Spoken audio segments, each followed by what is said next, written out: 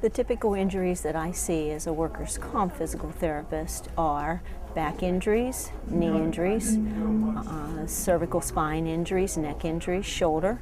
Probably the most common here in this office would be low back injuries and shoulder injuries.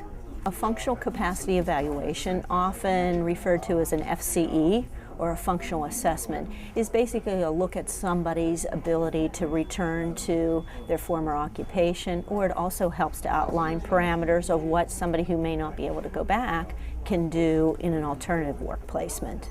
It is a defensible test, which means we repeat things possibly up to 3 to 4 times to make sure that we're getting a fair assessment of somebody's ability, and also that we're getting a fair assessment of their true output into doing the testing.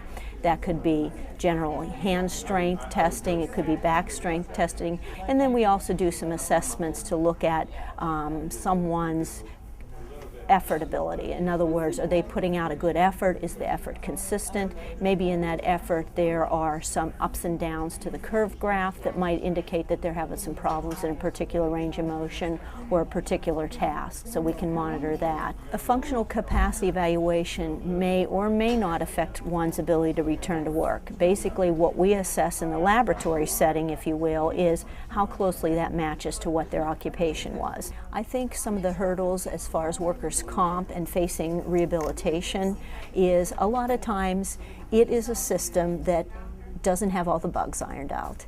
There are the employer groups that sometimes think, is this person faking an injury or is it true? So you have that hurdle. You have the legal team that, of course, support or do not support those things. So those hurdles are there. And obviously, and not that it is not less defensible in any of the population that we treat, workers' comp is heavily scrutinized. People need to participate with a home exercise program and what they learn in day one of physical therapy.